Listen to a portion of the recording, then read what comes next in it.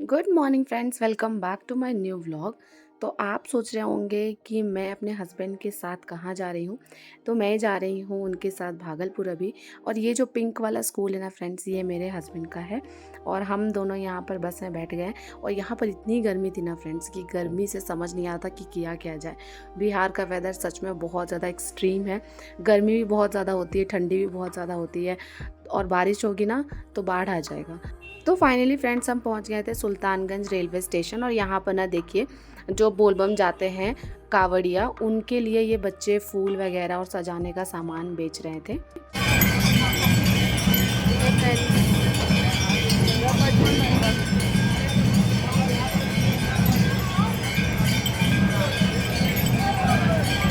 अगर आप बिहार से दार्जिलिंग जाना चाहते हैं ना फ्रेंड्स, तो सबसे पहले आपको भागलपुर जाना होगा। और भागलपुर से ना बस मिलती है सिलीगुड़ी के लिए। 8 घंटे का सफ़र होता है।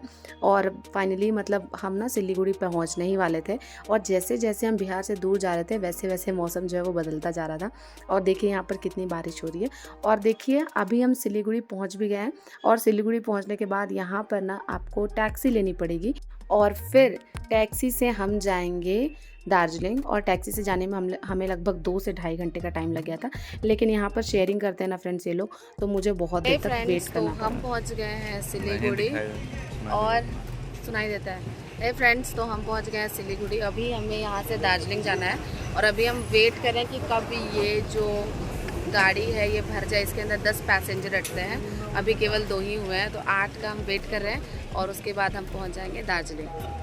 हम दोनों का चेहरा यहाँ पर बिल्कुल फूला हुआ दिख रहा होगा फ्रेंड्स, क्योंकि हम ना बहुत देर तक सो कर आए हैं। और यहाँ पर ना हमें लगभग 1 घंटे वेट करना पड़ा, क्योंकि जो टैक्सी होती है ना उसमें 10 लोग बैठते हैं और पर पर्सन वो 250 रुपीज़ चार्ज करते हैं। तो वो वेट कर रहे थे कि कब उनको 10 लोग मिले और तब वो यहाँ से टैक्सी स्टार्ट करेंगे और हमें पहुँचाएंगे दार्जिलिंग। अच्छा, मेरी एक फ्रेंड ने मुझे कमेंट किया था कि दी कितने पैसे खर्च पड़ रहे हैं मुझे बताइएगा, मैं भी प्लान करूँगी। तो मैं आपको बताऊँ, मैं ना लिटरली मतलब मैंने कप चाय पी है, कहाँ पे मैंने कुछ ख़रीदा है, मतलब हर एक चीज़ के पैसे ना कैलकुलेटर में से जोड़ती जा रही, ताकि आपको एग्जैक्टली बता सकूँ कि मेरा इन टोटल कितना खर्च हुआ 2 दिनों में। और जैसे जैसे आप दार्जिलिंग की ओर बढ़ेंगे फ्रेंड्स, प्रकृति का नज़ारा अलग होता जाएगा। जो सुकून मिलता है ना पहाड़ों में आके, मैं आपको क्या बताऊं, मतलब बहुत ही ज़्यादा। सोचिए, ये तो अभी केवल रास्ता है, लेकिन जब हम पहाड़ों में जाएंगे तो पहाड़ों में जाने के बाद ना आपको लगेगा कि मैं यहीं रह जाऊं, यहाँ से कहीं नहीं जाऊं। आपको पता है फ्रेंड्स, मैंने तो कभी नहीं सोचा था कि मैं कहीं बाहर भी घूमने जा पाऊँगी। मतलब क्योंकि मेरी तो जॉब नहीं थी। और मैं आपको बता रही हूँ, शादी से पहले मैंने कहीं भी नहीं घूमा है, केवल झारखंड में अपनी बहनों के घर ज़्यादा से ज़्यादा, बस इतना ही। लेकिन हाँ, मेरा सपना था कि जब मैं जॉब करूँगी तो मैं हर साल एक जगह तो ज़रूर घूमने जाऊँगी। और इस साल मैं दिल्ली भी गई थी। और फिर इस साल ये दूसरा जगह है, अभी मैं दार्जिलिंग जा रही हूँ। तो ये कभी कभी लगता है कि मेरे लिए सपने के सच होने के बराबर है। जैसे मुझे एक जगह और शिमला शिमला मुझे बहुत जाने का शौक़ है। तो देखते हैं अब वो कब जाएंगे। अभी तो टाइम इतना कम था ना कि हम दार्जिलिंग के सिवाय और कुछ सोच ही नहीं सकते थे। बहुत लोग कह रहे थे कि दी आप सिक्किम भी चली जाओ। तो फ्रेंड्स, टाइम की कमी है और छुट्टी उतनी है नहीं कि मैं सिक्किम भी चली जाऊँ और वहाँ पर घूम के आऊँ। लेकिन हाँ, मैं जब भी मौका मिलेगा ज़रूर आऊँगी। और कुछ लोग कह रहे थे कि दी मैं अरुणाचल प्रदेश में हूँ, आप वहाँ जाइए। ऑफ कोर्स फ्रेंड, जब भी मौका मिलेगा मैं तो चाहती हूँ कि मैं इंडिया को एक्सप्लोर करूँ। और आपको पता है फ्रेंड्स, मैं ना खिड़की से बाहर ही लगातार देखती जा रही थी, इतना खूबसूरत नज़ारा दिख रहा था। आप भी देखिए और एंजॉय कीजिए। ऐसा लग रहा है कि आसमान और धरती एक दूसरे के साथ मिल गए हैं। और अब मुझे समझ आया फ्रेंड्स कि जो संत होते हैं वो पहाड़ों पर जाकर तपस्या क्यों करते हैं, क्योंकि यहाँ पर ना उनको कोई डिस्टर्ब करने वाला नहीं होता है। अजीब सी शांति होती है, मतलब आपको एकदम, मैं आपको क्या बताऊँ, आपको शून्य फील होगा, इतनी शांति।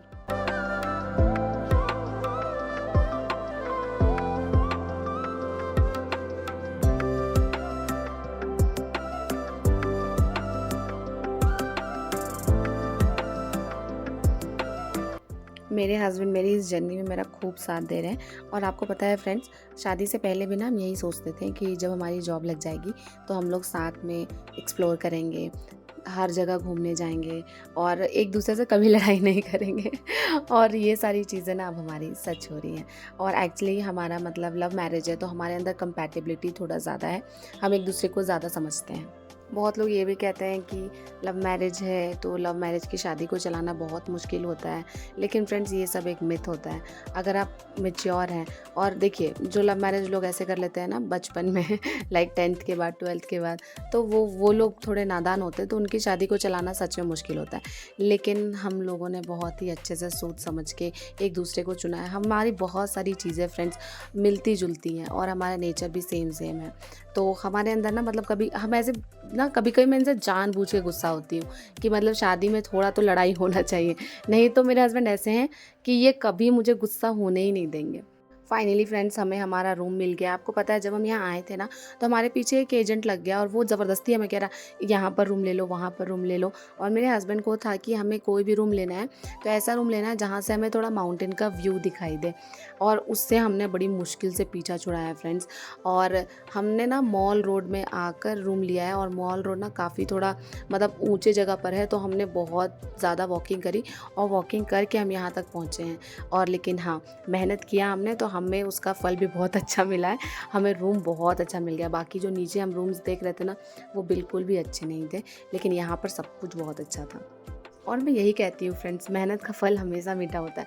अगर आप बहुत कम पे मतलब अग्री कर जाएंगे, मान जाएंगे कि नहीं ठीक है इतना मिल गया ना काफ़ी है, और उसके लिए आगे मेहनत नहीं करेंगे, तो ऑब्वियसली आपको अच्छी चीज़ें नहीं मिलेंगी लाइफ में। लेकिन हाँ, अगर आप मेहनत करते हैं कि नहीं मुझे ये लाइफस्टाइल चाहिए तो चाहिए, और इसके लिए मैं कुछ भी कर सकती हूँ, तो फिर देखिएगा मतलब कुछ भी पाना मुश्किल नहीं होता है। हे फ्रेंड्स, तो फाइनली मैं दार्जिलिंग आ गई हूँ और यहाँ का मौसम इतना अच्छा है, मैं आपको क्या बताऊँ। हम अभी आए हैं सुबह में 8 बजे और अभी देखिए बारिश हो रही है। हमें आज घूमने भी जाना है, देखते हैं कि कैसे जाएंगे।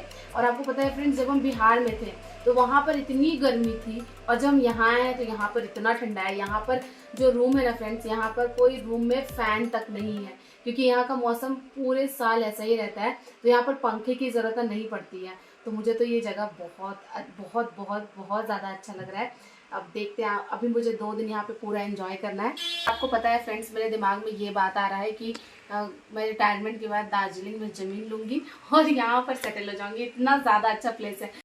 अगर मेरे से अभी 5 साल पहले कोई पूछता ना फ्रेंड्स कि क्या हम अपनी किस्मत खुद लिख सकते हैं, तो मैं शायद कहती कि नहीं, हम नहीं लिख सकते।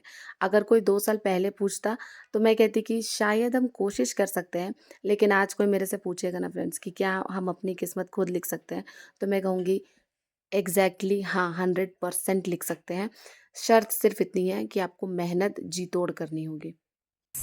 हे फ्रेंड्स, तो फाइनली हम घूमने के लिए निकल गए हैं और 5 ही जगह पर हमें घूमना है। देखते हैं कहाँ-कहाँ घूम पाते हैं, क्योंकि ऑलरेडी टाइम जो है वो 12:30 हो गया है। तो कोशिश करेंगे कि मैक्सिमम जगह पर घूम सके, फ़ोटो वीडियो ले सके। तो सबसे पहले ना फ्रेंड्स हम पहुँचे जापानीज़ टेम्पल, और यहाँ पहुँचते ही देखिए बारिश स्टार्ट हो गई, और इतनी तेज़ बारिश थी कि हमने छतरी लगाई थी तब भी हम भीग गए। और सोचिए कैब से केवल मंदिर तक आने में ही मैं एक साइड से पूरा भीग गई थी, मेरे हस्बैंड के शूज़ भीग गए। और ये जो है ना भगवान बुद्ध का मंदिर था, और देखने में तो बहुत अच्छा लग रहा था, लेकिन वीडियो में आपको अच्छे से देख नहीं पाएगा क्योंकि बादलों की वजह से भगवान जो है वो ढक गए हैं। लेकिन हाँ, यहाँ पर आने के बाद मुझे अच्छा लगा। लेकिन इस टाइम पे ही हमने डिसाइड कर लिया था कि अब हम आगे कहीं घूमने नहीं जाएंगे, क्योंकि इतनी बारिश में घूमना मतलब पॉसिबल नहीं है। और आज दार्जिलिंग में ना अलग ही था मौसम, कुछ ज़्यादा ही बारिश हो रही थी। मुझे आप में से किसी ने कमेंट किया था कि दी दार्जिलिंग अभी मत जाना, नवंबर में जाना, नवंबर के बाद वहाँ पर बहुत अच्छा व्यू देखने को मिलता है। तो आपको बताऊँ फ्रेंड्स, मतलब मेरा प्लान नहीं था दार्जिलिंग।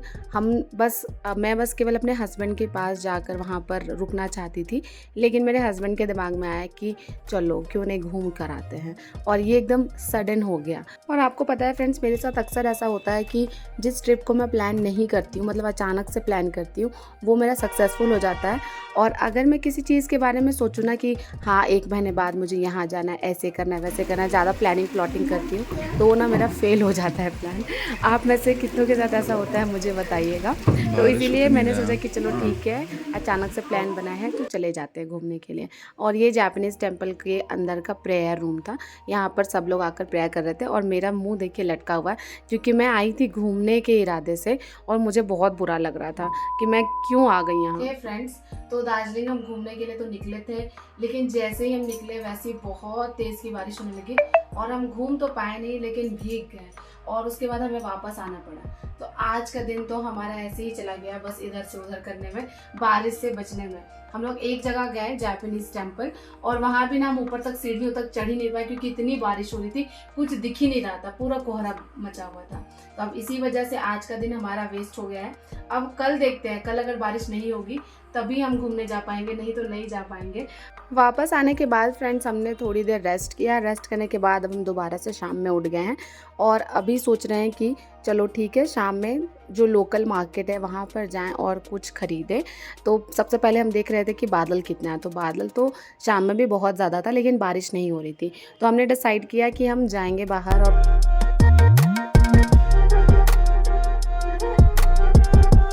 तो मॉल रोड जाने के लिए ना फ्रेंड्स ये सीढ़ियाँ हमें चढ़नी पड़ी और ये सीढ़ियाँ बहुत थकाने वाली थी भाई, हम तो बिल्कुल थक गए। और यहाँ पर ना मैं आई हूँ ये वाइट वाली कुर्ती पहनकर और मेरा मूड मतलब थोड़ा सा ऑफ था, लेकिन यहाँ आने के बाद फिर धीरे धीरे मतलब जब मैंने पूरा मार्केट घूमा तो मुझे अच्छा लगा और धीरे धीरे मेरा मूड जो है वो ठीक हो गया। लेकिन आपको पता है फ्रेंड्स, यहाँ पर मोस्टली जो दुकान थे वहाँ पर ना विंटर वेयर बेच रहे थे ये लोग। और इसके अलावा यहाँ पर बहुत सारे लोकल जो हैंडीक्राफ्ट्स होते हैं, पश्मीना शॉल, और इसके अलावा ना भगवान बुद्ध की बहुत अलग अलग तरह की मूर्ति, मतलब बहुत प्यारी प्यारी चीज़ें बेच रहे थे। लेकिन आपको पता है वो चीज़ें देखने में जितनी सुंदर थी ना, उससे भी ज़्यादा उनका प्राइस था, बहुत ज़्यादा महंगा था फ्रेंड्स।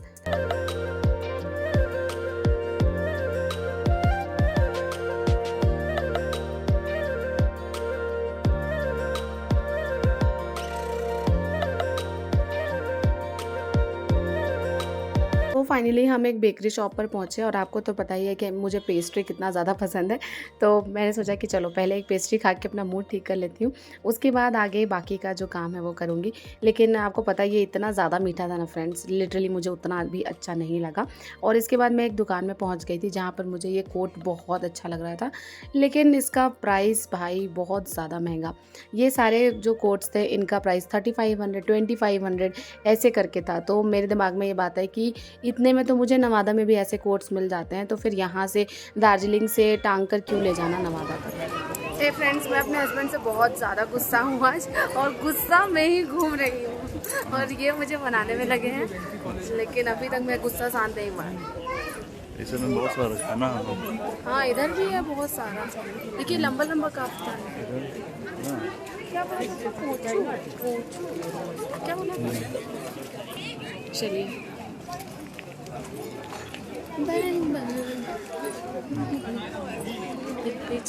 ऐसा है ना, इसके पास तो बहुत सारा है इस तरह का ना, मस्त है। और ये 100 रुपीज़ में स्टॉल दे रहा चाहिए, 100 में तो वहाँ भी दे रहा था। चल